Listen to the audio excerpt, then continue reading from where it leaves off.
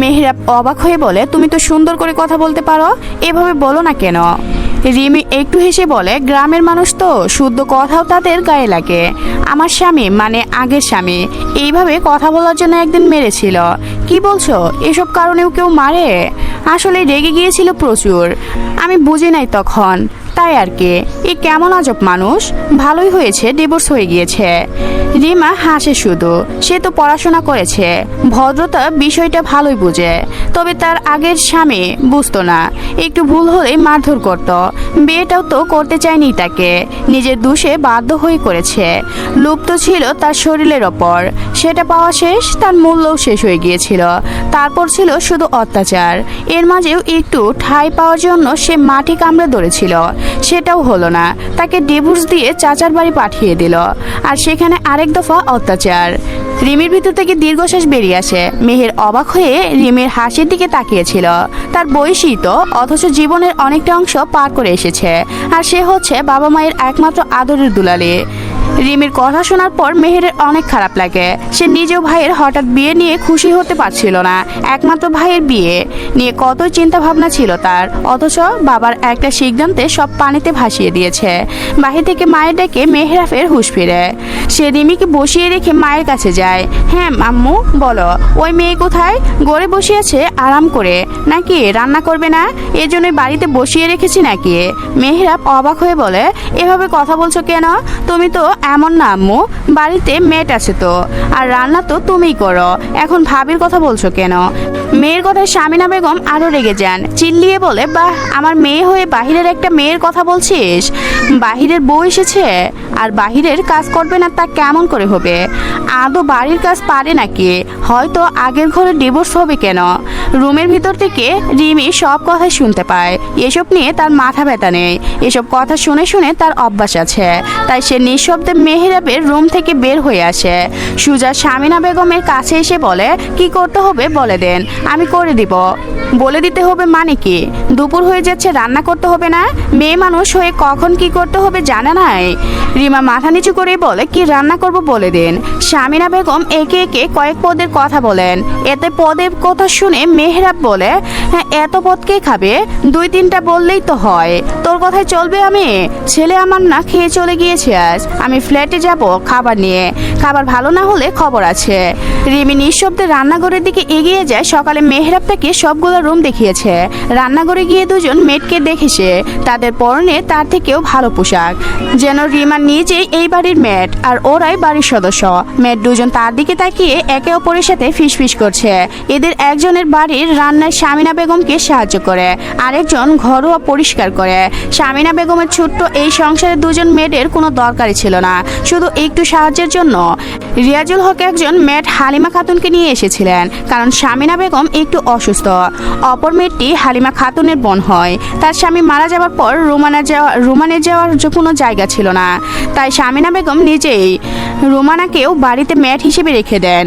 এত ভালো একজন মহিলা নিজের ছেলের বউয়ের সাথে এমন ব্যবহার করছে, এটা যেন অবিশ্বাস লাগছে। হালিমা এগিয়ে গিয়ে রিমাকে বলে, হ্যাঁ গো মেয়ে, রান্না আদৌ পারো তুমি? সুজা রান্না করে চলে আইলা যে? রিমা মাথা নাড়ে বলে, আমি পারবো, আমায় একটু মশলাপাতি সব দেখিয়ে দেন, আমি রান্না করে দিব। বাহির থেকে শামিনা বেগম সব দেখতে থাকেন। রিমা মাথার কাপড় দিয়ে চুপচাপ রান্না করছে।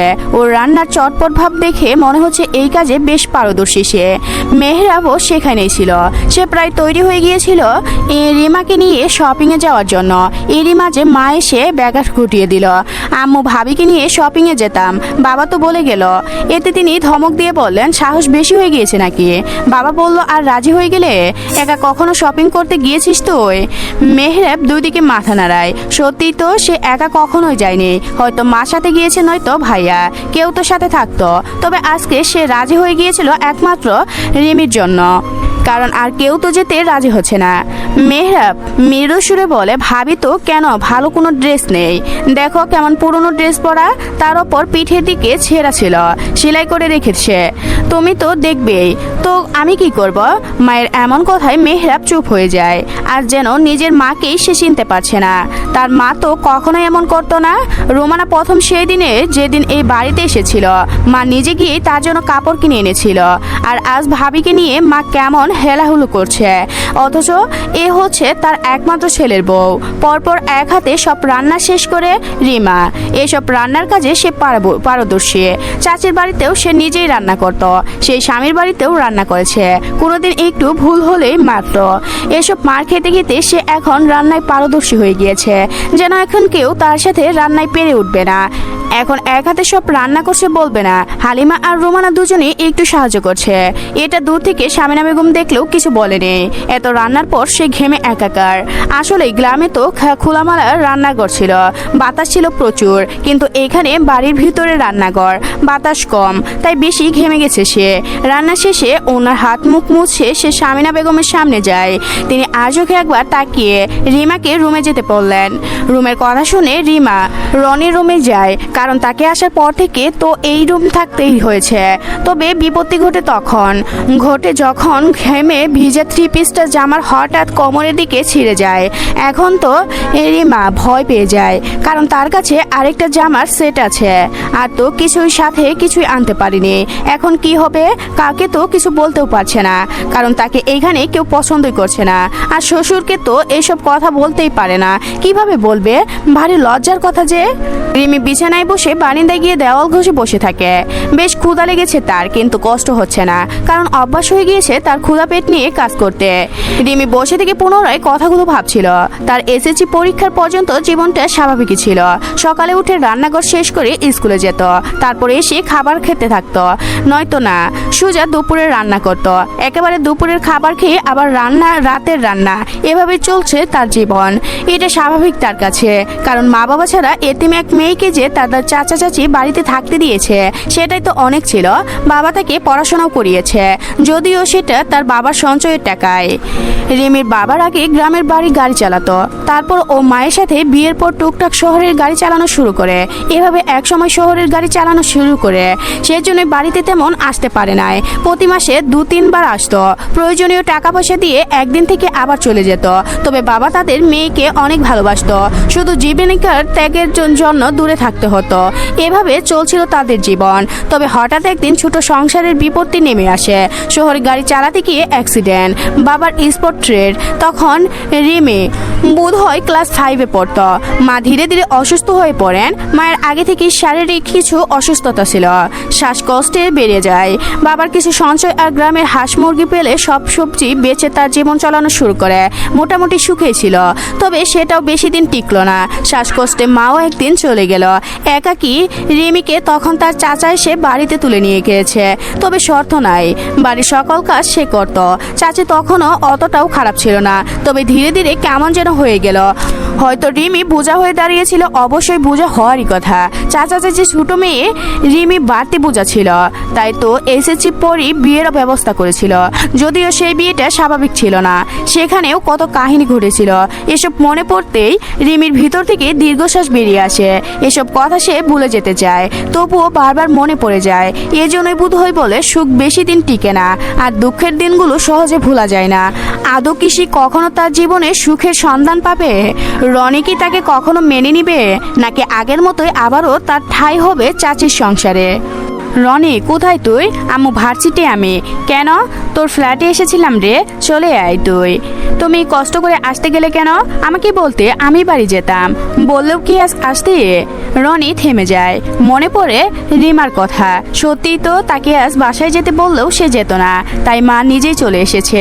আচ্ছা তুমি রুমে বসো, আমি এখনই আসতেছি। ফোন কেটে বন্ধুদের বলে, তোরা থাক, আম্মু বাসায় আসছে, আমি চলে যাচ্ছি। বাকিরা মাথা নাড়লেও লিলি পিছনে লাগে। রনির হাত ধরে বলে, আফনাম আমিও যাব তোমার সাথে, আন্টির সাথে অনেকদিন ধরে দেখা হয় না, আমাকেও নিয়ে চলো। রনি বিরক্ত লেগে যায়।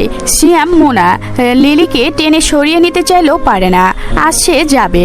অথচ এভাবে একটা ফ্ল্যাটে একটা মেয়েকে নিয়ে মার সামনে যাওয়াটা একদম ভালো দেখায় না। এটা তো এই মেয়ে বুঝতেই চাচ্ছে না। এক সময় লিলি জেদ দেখানো শুরু করে, মানে আজ সে বলেছে যাবে, মানে যাবে, একা হলেও চলে যাবে। শেষে উপায় না পেয়ে সাজিদ বলে, এই দোস্ত, আন্টি আসছে মানে নিশ্চয়ই রান্না করে এসেছে, আমরাও যাব তাহলে। অনেকদিন ধরে আন্টির হাতের রান্না খাই না। হিমেল সাজিদকে টেনে নিয়ে ফিসফিসিয়ে বলে, পাগল হয়েছিস তুই? ভুলে গিয়েছিস রনি কেন ফ্ল্যাটে চলে আসছে? আন্টিও ভুল হয় মন খারাপ, এখন যাওয়াটা ঠিক হবে না, মা ছেলেকে একাই থাকতে দে। সাজিদ তো দাঁতে দাঁত চেপে বলে, একা কিভাবে থাকবে? দেখিস না লিলিটা নাচানাচি শুরু করেছে। রনি যখন তখন লিলিকে ধমক দিয়ে বসবে, পরে আরেকটি কাহিনী শুরু হবে, তার থেকে আমাদের সাথে নিয়ে যাক। হিমেল বুঝে নিজেও হই হই শুরু করে দেয়। শিয়াম মুনাও যাওয়ার জন্য বসে আছে। লিলিকে তো একা যেতে দেওয়া যাবে না, যা মেয়ে কখন না যে কি করে বসে। বন্ধুদের লাফালাফি দেখে রনি দীর্ঘশ্বাস ফেলে রাজি হয়। বাইকে বসতে লিলি এসে পিছনে বসতে যায়, তবে সেই সুযোগ না দিয়ে রনি সোজা বাইক চালিয়ে ভার্সিটি থেকে বেরিয়ে যায়। এতে লিলির মন খারাপ হয়ে যায়। সিয়াম এসে বলে, আর কত পিছনে পড়ে থাকবি?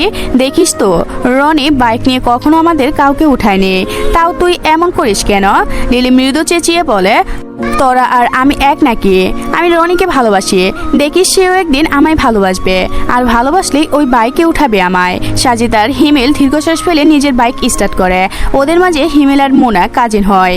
তাদের মোনা গিয়ে হিমেল বাইকে বসে উঠে, আর শিয়াম নিজের একটা স্কুটি আছে, সে লিলিকে নিয়ে আজ সাথেই বাসায় যাবে, কারণ সাজিদও প্রয়োজন ছাড়া নিজের বাইকে কাউকে নেয় না।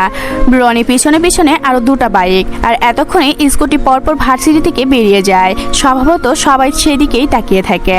রনির গ্রুপটাকে কম বেশি সবাই চিনে, বেশ পপুলার ওরা।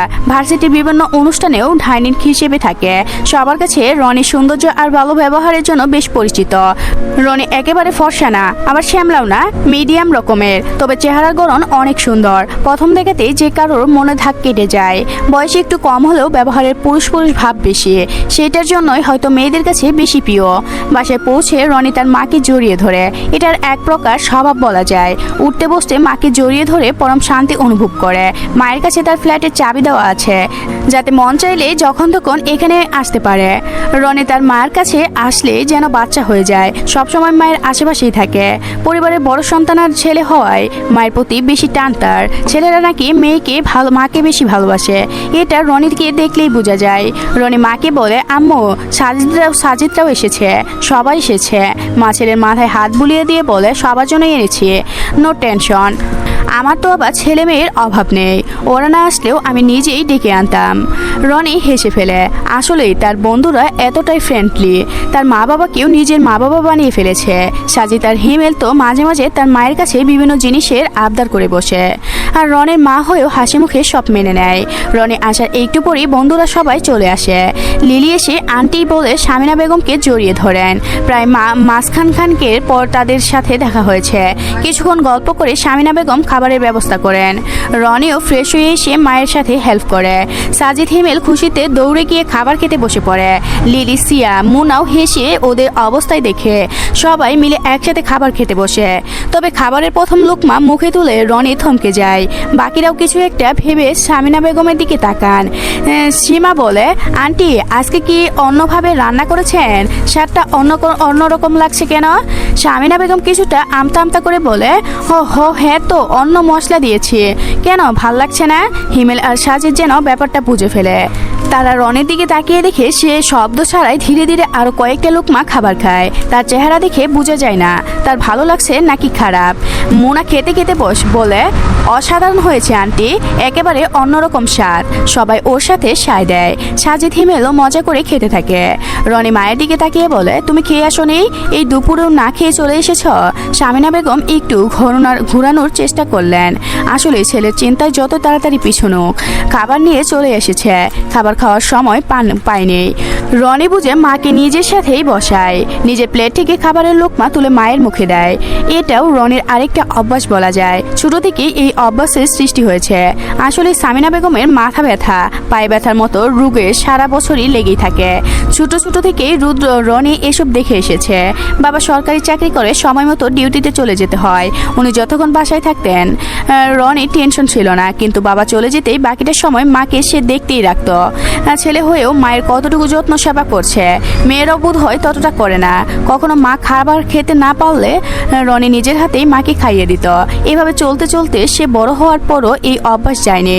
এখনো মায়ের মুখে খাবার দিতেই মা খাবারের স্বাদ বুঝে অবাক হন। রিমা তবে ভালোই রান্না করে, সব যেন পারফেক্ট লাগছে। ছেলের দিকে তাকিয়ে দেখেন ছেলে পরম তৃপ্তি নিয়ে খাবার খাচ্ছেন। মাঝে মাঝে মায়ের মুখেও খাবার তুলে দিচ্ছে। তবে সবার মাঝে লিলি একটু কমই খায়, মানে না খেলেও বললে চলে, তাই একটু খেয়ে আর কি। শামিনা বেগম বললেন, খাওয়া শেষ লিলি? আর খাচ্ছ না যে? লিলি একটু সংকেত নিয়ে বলে, আসলে আন্টি আজ বোধ হয় খাবারটা একটু বেশি ওয়ালেট আর মশলাদার বানিয়ে ফেলেছেন। আমি তো এসব খাবারে তেমন কনফিউজ না, কিন্তু মজা হয়েছে আন্টি, ভাববেন না এসব নিয়ে। শামিনা বেগম বলবেন না, বুঝতে পারছেন সত্যি আজ খাবারটা একটু বেশি ওয়ালেট হলেও অনেকটা মজা হয়েছে। তিনি এটা স্বীকার করতে বাধ্য। লিলি ছাড়া বাকি সবাই মজা করে খাবার শেষ করে। রনি ও মাকে খাইয়ে নিজেও বেশ তৃপ্তি করে সহকারে শেষ করে। মেয়ের রুমে এসে রিমিকে না পেয়ে সব জায়গায় খুঁজতে থাকে। ডাকলেও রিমি কোনো সারা শব্দ পায় না।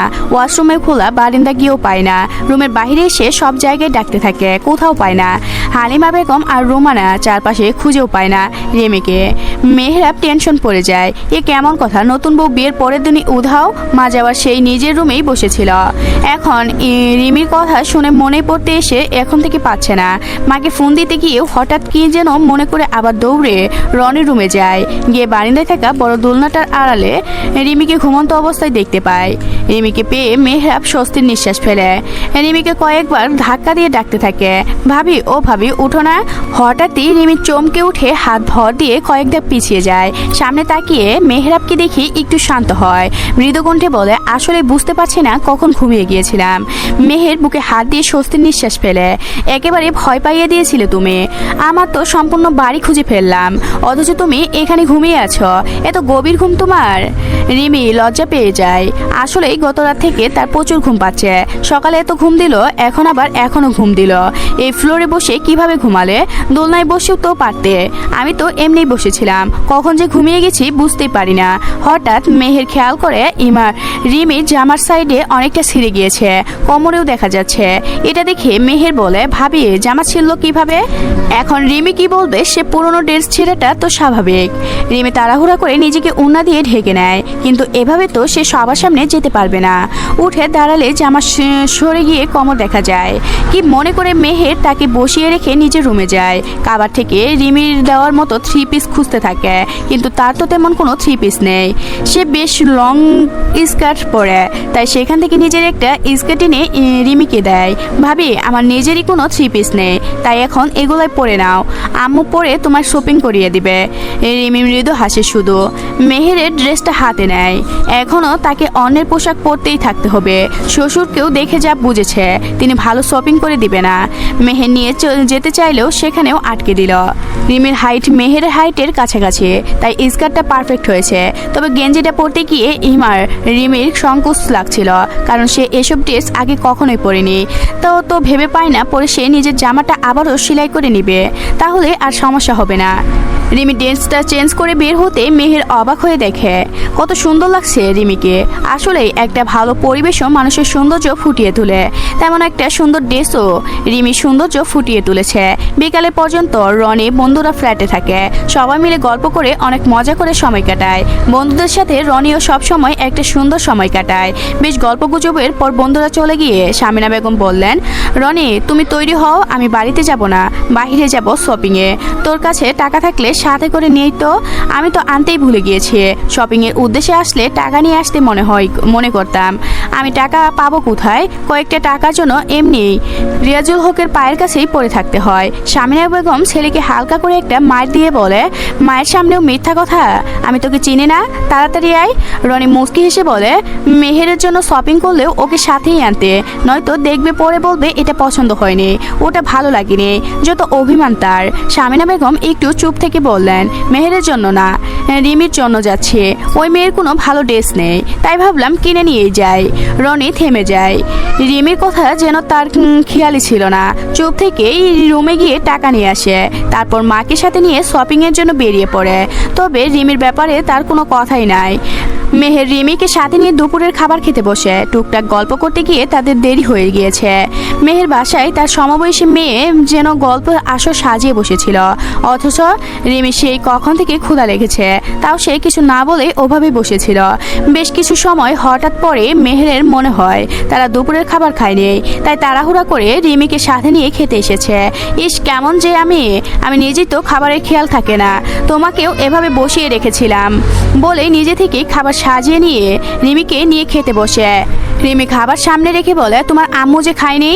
মেহের হেসে বলে, ওসব নিয়ে টেনশন করো না, গিয়েছো তো ভাইয়ার বাসায়, ভাইয়া কখনো না খাইয়ে ছাড়বে না, সোজা নিজেই খাইয়ে দিবে। রিমি অবাক হয়, রনি বুঝে এতটাই কেয়ারিং, সে তো আর এসব জানে না, এ বাড়িতে আসলোই গতকাল। তবে মনে হচ্ছে এই একটু সময়ের মাঝে মেহেরের সম্পর্কে তার সাথে কিছুটা ধারণা হয়ে গিয়েছে। তার শুধু স্বামী আর শ্বশুরটাকে চিনতে পারলো না। রনিকে সাথে নিয়ে সামিনা বেগম রিমার জন্য প্রয়োজনীয় সব কিছুই কিনে নেয়। যেহেতু মেহের আর রিমি প্রায় সমবয়সী আর দেহের উচ্চতা ঘটন প্রায় একই, তার আন্দাজ করে সব কিছু কিনে নেয়। রনি তখনও এক জায়গায় চুপচাপ বসেছিল, তার যেন ভাবতেও কষ্ট লাগছে যে তার বিয়ে হয়ে গিয়েছে এমন একজনের সাথে হলো যাকে সে চিনেই না, আর না সে মেয়েটার ব্যাপারে কিছু জানে। এখন এই সো কোল্ড বইয়ের সাথে সে থাকবে কিভাবে? সে যতই এখন দূরে থাকুক, একসময় তো সবাই জানতেই পারবে তাদের একসাথে থাকতেই হবে। এমন না সে একটা মেয়ের জন্য নিজের পরিবার থেকে দূরে থাকবে, তাকে তো বাড়িতে যেতেই হবে। তখন কিভাবে সেটা ফেস করবে? সামিনা বেগম সব কেনাকাটা শেষ করলেন। রনি বিল পে করে মাকে সাথে নিয়ে বের হয়ে গেলেন। ভাবছে মাকে বাইকে করে বাড়িতে পৌঁছে দিয়ে আবার ফ্ল্যাটে চলে আসবে। সে ভাবনা অনুযায়ী বাসার সামনে মাকে নামিয়ে চলে আসতে নিলেই সামিনা বেগম বাধা হয়ে দাঁড়ান। রনি বাড়িতে তো চলে এসেছিস, থেকে যা। কিন্তু আম্মু, আচ্ছা তোর যদি সমস্যা হয় তবে মেয়েটাকে গেস্ট রুমে শিফট করে দেই, তাও তুই আজকে যাস না। মায়ের এতবার বলাতে সে রাজি হয়। থাক, যাচ্ছি না আমি, এমন এক রাত আমি ম্যানেজ করে নিতে পারবো, কাউকে কোথাও শিফট করতে হবে না। সামিনা বেগম খুশি হয়ে যান। রনি মায়ের হাত থেকে শপিংয়ের ব্যাগগুলো নিয়ে যেয়ে আগে আগে যেতে থাকে। পিছনে সামিনা বেগম ছেলের দিকে তাকিয়ে ভাবতে থাকেন, ছেলে তার এত বড় হয়ে গেল কবে? সেই দিনও না সেই ছোট্ট রনি ছিল, আর গতকাল নাকি সেই রনিরও বিয়ে হয়ে গিয়েছে। ভাবতেও অবাক লাগে। রনি ব্যাগ হাতে করে কলিং বেল চাপলো, রোমানা এসে দরজা খুলে দেয়। রনিকে দেখেও একটু অবাকই হয়। সকালে না বললো আসবে না, এখনই আবার চলে এসেছে, নিশ্চয়ই বইয়ের টানে। এসব ভেবে রোমানা মুচকি হেসে নিজের কাজে চলে যায়। রনি ব্যাগ হাতে নিয়ে সোজা নিজের রুমে চলে যায়। দেখে কেউ মাথায় ওড়না পরে চুপচাপ বসে আছে, অথচ পরনে মেহেরের ড্রেস। রনি বলে, কিরে কবে থেকে এতটা ভদ্র হয়ে গেলি? মাথা ওড়না দিয়ে বসে আছিস কেন? ভাবছিস ভদ্রতা দেখলেই তোকে আমি ছেড়ে দেব? আজ তোর হাড় গুড় আলাদা করে ছাড়বো আমি। রিমি ভয় পেয়ে রনির দিকে তাকিয়ে কিছুটা পিছিয়ে যায়। রনিও এখানে এই অবস্থায় রিমিকে দেখে চমকে যায়। রিমি ওড়না ঠিকঠাক করে চুপচাপ উঠে দাঁড়ায়। তুমি এভাবে এখানে? ড্রেস কে দিয়েছে? মেহের দিয়েছে। রুদ্র রনির হাতের ব্যাগগুলো রিমির দিকে বাড়িয়ে দিয়ে বলে, নাও এগুলা নাও, দেখো চলো কিনা। আর আমার সামনে অবলা প্রাণীর মতো বিহিত করবে না, আমার পছন্দ না এসব, স্বাভাবিক থাকবে। তাছাড়া আমি থাকবো না বেশি দিন, সো সমস্যা হবে না আশা করি। রিমি ব্যাগগুলো বুকের সাথে চেপে ধরে মৃদু সুরে বলে, আপনার রুম এটা, আপনি চাইলে আমি অন্য কোথাও থাকবো। রনি ড্রেস চেঞ্জ উদ্দেশ্যে নিয়ে শার্ট খুলতে খুলতে বলে, অন্য কোথাও থাকবে? আমাদের বাড়িতে তাছাড়া আর উপায় নেই তোমার। থাকলে বাবা নিশ্চয়ই আমাকে বিয়ে করিয়ে তোমার এই বাসায় আনতো না। রিমি মাথা নিচু করে দাঁড়িয়ে থাকে। রুদ্র শার্ট খুলে একটা হালকা টি শার্ট পরে নেয়, তারপর নিজের মতো ল্যাপটপ হাতে নিয়ে নিজের কাজ করতে থাকে। একটু পরে রিমির দিকে না তাকিয়ে বলে, চাইলে এক কাপ কফি এনে দিতে পারো, আশা করি বাকি খাবারের মতো কফিটাও ভালোই বানাতে পারবে।